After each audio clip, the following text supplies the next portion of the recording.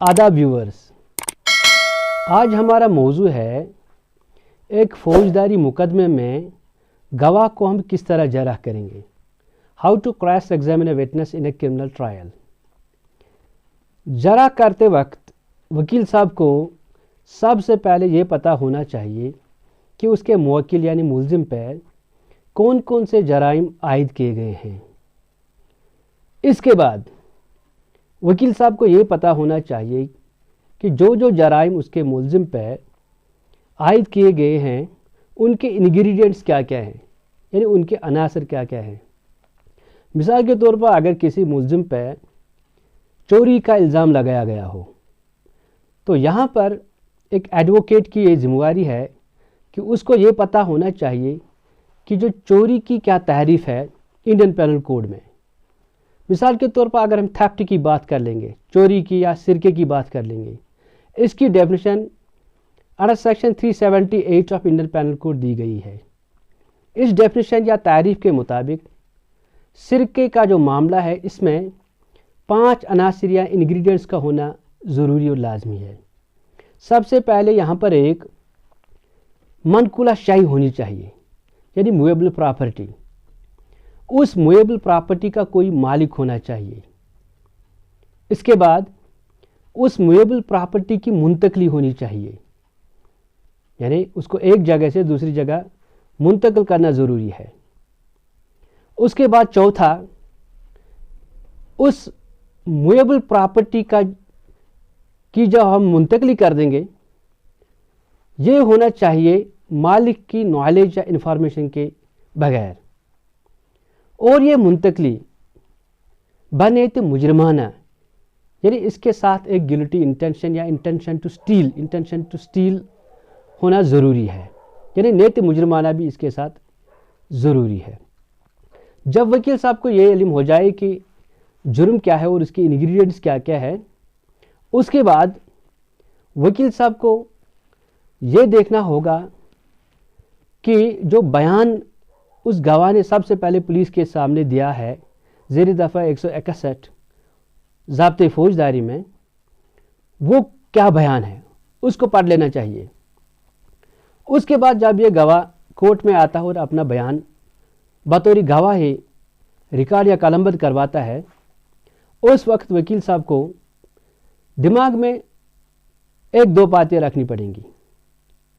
सबसे पहले इस वकील साहब को ये सोचना है कि जो ये बयान देता है ड्यूरिंग एग्जामिनेशन इन चीफ, उसमें वो किन किन जराइम की बात करता है। इसके साथ साथ ये देखना है कि किस जुर्म के कितने इंग्रेडिएंट्स इस गवाह ने बता दिए हैं। अब जब इस वकील साहब की बारी आएगी, जब इसको क्रॉस एग्जाम करना होगा, सबसे पहले इस वकील साहब को दिमाग में ये बात रखनी पड़ेगी कि जो जो जराइम गवाह ने बताई ही नहीं है या जिनका जिक्र गवाह ने किया ही नहीं है उसके बारे में कोई सवाल नहीं होगा, और जिस जिस जुर्म के यानी जितने भी उसके अज्जा या इंग्रेडिएंट से अनासर हैं, जिस जिस अनासर को या इंग्रेडिएंट को गवाह ने भूल दिया या मिस कर गया उसके बारे में कोई सवाल नहीं होगा। अगर ये होस्टाइल विटनेस है तब तो ये बड़ा मुश्किल काम नहीं है। अगर एक कंटेस्टिंग विटनेस है तो यहां पर एक वकील साहब को दो बातें दिमाग में रखते हुए आगे चलना है। नंबर एक ये, या तो ये गवाह गलत बयानी से काम लेता है या इसकी जो इंफॉर्मेशन है, नॉलेज है, स्टेटमेंट है, वो गलत फहमी पे मबनी है। अगर ये गवाह वकील साहब को लगे कि ये गलत बयानी से काम लेता है, जिसको हम परजुरी कहते हैं, तो उस वक्त इसके मुख्तलिफ किस्म के सवाल पूछे जाएंगे। अगर वकील साहब को ये लगता है कि नहीं, ये परजुरी नहीं करता है बल्कि इसकी जो स्टेटमेंट है या इंफॉर्मेशन है वो गलत फहमी पर मबनी है, यही दो बातें वकील साहब को अब जहन में रखते हुए इसका क्रॉस एग्जाम करना पड़ेगा। अब अगर जिस तरह मैंने अभी अर्ज की कि जो जो इंग्रेडिएंट्स गवाह ने बताई नहीं उनके बारे में कोई सवाल नहीं कहना है, नहीं तो वो इस वक्त याद कर पाएगा। जो जो जराइम उसने कहे नहीं, मतलब जो भी जराइम मुलजिम पे आयद किए गए हों, जो जो उसने कहे ही नहीं। मिसाल के तौर पर एक मुलजिम पे चोरी का इल्ज़ाम लगाया गया है, इसके साथ साथ मिसचीफ का भी इस पर इल्ज़ाम लगाया गया है।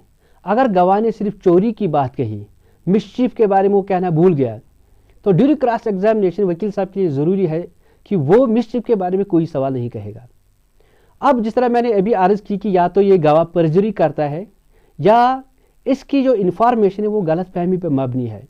ये दो बातें जहन में रखते हुए वकील साहब को अब सवाल पूछने पड़ेंगे।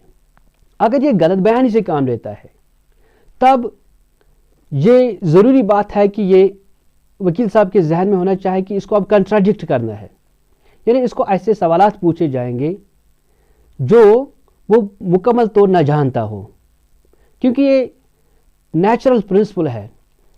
जब बात झूठी होती है, झूठ के आधार पे कोई भी बात नहीं टिकती है, क्योंकि वो कोई ना कोई इंग्रेडिएंट या इंफॉर्मेशन इसमें लैग करता है।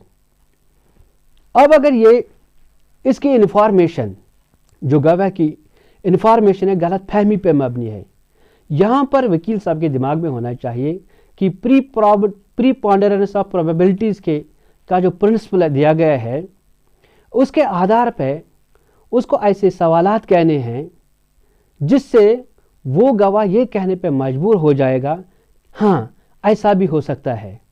मिसाल के तौर पर अगर कोई किसी मुजरिम पे ये जुर्म लगाया गया है कि उसने किसी तेज़धार आले से ज़रब दिया है, तो उस सूरत में गवाह को ये बताया जा सकता है कि जो विक्टिम पे ज़रब लगा है, जो मजरूब हो गया है, क्या वो उसको खुद भी लग सकती है या अचानक वो अगर गिर जाए, क्या ऐसा ज़ख्म उसको खुद भी आ सकता है।